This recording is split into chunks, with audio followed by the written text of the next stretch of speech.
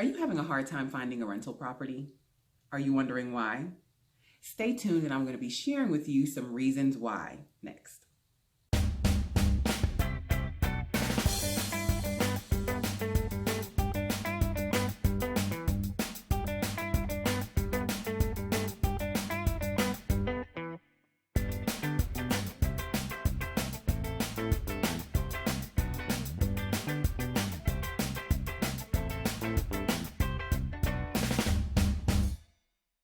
Hi, it's Natasha with soulbynat.com and I'm bringing you another video today.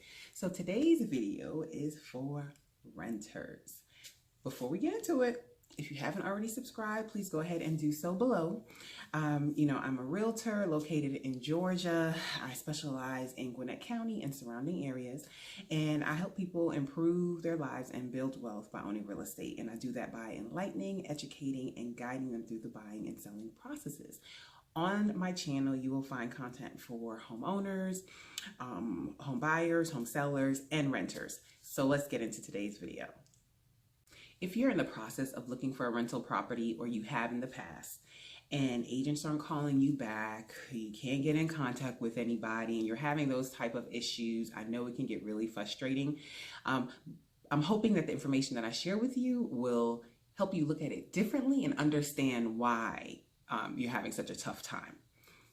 So let me give you some backstory. When I first got into real estate, I started working with a lot of renters. I thought that would be a good avenue for me to pursue, but it did not take long for me to realize it wasn't such a good idea.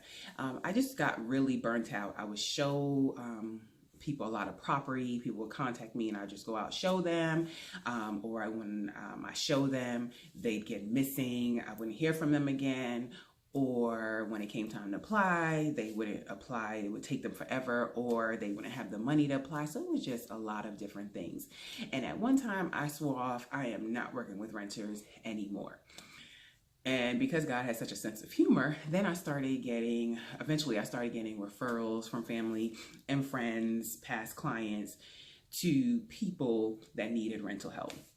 But of course, I didn't want to tell them, no, I don't want to help them. So I started helping, them here and there. And over time, I got really good at it. I feel like I'm really good at getting someone a rental. At this point, I primarily work with buyers and sellers, but every now and then I do work helping people find rental property again, and actually started having success because I learned that I needed to ask better questions. Now, like when I do work with a renter, I have specific questions I ask them to make sure like they are ready to move forward and that it's going to be in both of our best interests to work together. I've also found that it works out better when someone is referred to me, because they treat me with a little bit more regard. So I know if I'm going to show them property, they're actually going to move when it comes time on their end, and it's less likely that they're just going to ignore me or just have me show them property and I never hear from them again. Renters go about finding a rental property the wrong way. The first tip I'm going to give you is decide on how you want to go about finding a rental property. And there's really two ways to do that. One is you're going to find it on your own. You're going to pull up these websites. You're going to contact these agents. You're going to try to schedule for them to come out and show you houses. Or two, you're going to contact an agent and work with that agent one-on-one to find a rental property. And this is the biggest reason why you're probably not getting called back, is because a lot of agents have a bad taste in their mouth about working with renters, because renters will do 1 and 2 simultaneously. They will call agents and say, yes, can you help me find a rental? And at the same time, they're looking online to find their own rental property, going to see property. The issue with that is when the agent takes time out to show you property, the reality is they're doing it, that is their livelihood, they're doing it to get paid. So if they're working with you and doing all this work for you, and then you decide, oh, I contacted somebody else, or I've contacted them directly and I've secured my rental, essentially that agent has just wasted time. So that is why you're not hearing back from a lot of agents. And truthfully, I just think that renters just don't know, the right way to go about it. So I'm telling you the right way to go about it. Decide how you want to do it. Do you want to do it on your own, or do you want to find an agent that will work with you and get you into a property? This tip, I would say, is, if not the first, it's the second most important. Be forthcoming. Go ahead and disclose everything up front. If you've had bankruptcy, especially if you've had bankruptcies and evictions, or you have any judgments on your credit relating to rental property. Those are 3 things. I'm going to add on pets. Those 4 things. So we have pets, bankruptcies, evictions, or judgments related to rental properties. If you have any of those 4 things on your credit, you definitely have to disclose that to the agent that you're working with up front, because different rentals, whether it's a company or owners, they have criteria on those. Some will not accept pets, some do not want to see any evictions, and then others will have it, okay, no evictions within the past 3 years, or no bankruptcies in the past 5 years. So you need to disclose all of that up front so that the agent knows which properties to show you and doesn't waste your time, doesn't waste their time. And also with pets, go ahead and disclose the breed and how much they weigh, because there are restrictions on that as well.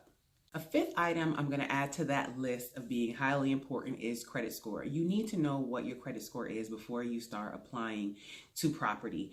It's going to save you money in the long run as well if your credit score is low, because you'll submit all these applications and application fees are not refundable and you will lose that money. So you definitely want to know what your credit score is. Disclose that to the agent, because there are some landlords and companies that look for excellent credit or really good credit, or they have a minimum credit score. Like I see it where it's minimum credit score 550, won't accept anything less than a 500. So that will also save time, energy, and money, knowing that information up front. The next tip: know what it is that you're looking for, location, how many beds and baths, just know your criteria. On the other hand, don't be too picky. I know this is a place where you're going to live, you're going to move in your family, but unless you're doing a lease with an option to buy, you will not be living or buying in this house or living in this house for a very long time. So taking that into consideration as well, yeah, you want to find some place that you're going to like, but this is not your dream home and you're not going to be there forever. Next up, don't start looking too early. When you are looking at rental properties, or let me say it this way, when a landlord or an owner has a property for rent, they are looking to get someone in there fairly quickly. So I'm talking within 2 to 4 weeks. If your time frame is outside of that, don't start looking. It just doesn't make any sense for you to start looking 2-3 months in advance, because the owner or the landlord is not going to wait that long to get someone into their property. And then also that property is not going to be available. Well, 9 times out of 10, that property will not be available 2 to 3 months down the line. So time frame is another thing that you want to take into consideration. Another thing, know what day you want to move in. Like, what's your ideal move-in date? And make sure you're going to have all the funds needed by that date. And the funds that you're going to need: application fee, of course, reservation or security deposit. You're going to need first month's rent. Some people require first and last month's rent. If you've had credit issues, they may require you to do 2 months security. So make sure you're going to have those funds by the move-in date, because they will not wait for you to get it together. If you are not going to have these funds by that time, it doesn't make sense to start looking. You need to make sure you're going to be able to secure those funds so that you can move forward. When you do find a rental property that you like, be ready to act quickly. You should be putting in that application that night, definitely within 24 hours, because a good rental, like a good home, is going to go quickly. Those are my tips to help you find a rental home. Hopefully it'll be a lot easier for you now going forward, now that you have a better understanding. I'm also going to recommend that you look into seeing if you can qualify to buy a home before you go and rent one. In most cases and in most areas, if you can afford to rent, you can afford to buy. So at least take a look to see if you can get qualified.